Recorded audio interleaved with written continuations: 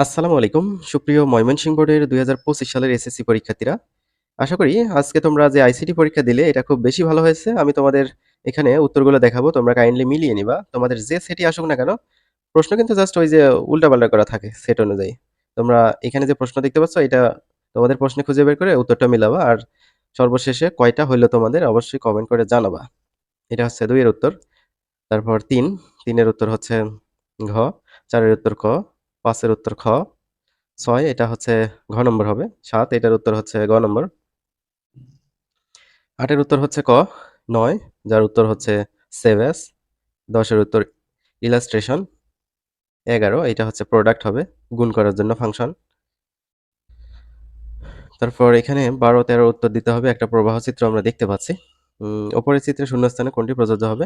এখানে মাল্টিমিডিয়া হবে। ১৩ অ্যানিমেশন এক ধরনের গ্রাফিক্স, চিত্র ত্রিমাত্রিক সব হবে। কারণ 3D গ্রাফিক্স অ্যানিমেশন আমরা দেখতে পাই।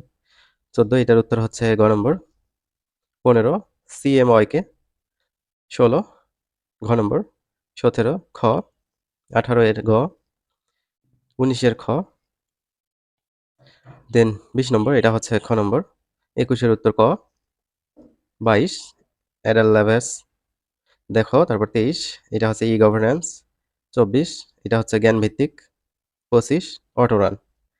শিক্ষার্থীরা চ্যানেলটি সাবস্ক্রাইব করবে যাতে পরবর্তীতে এরকম ভিডিও আপলোড করলে তোমাদের ফোনে নোটিফিকেশন যায়।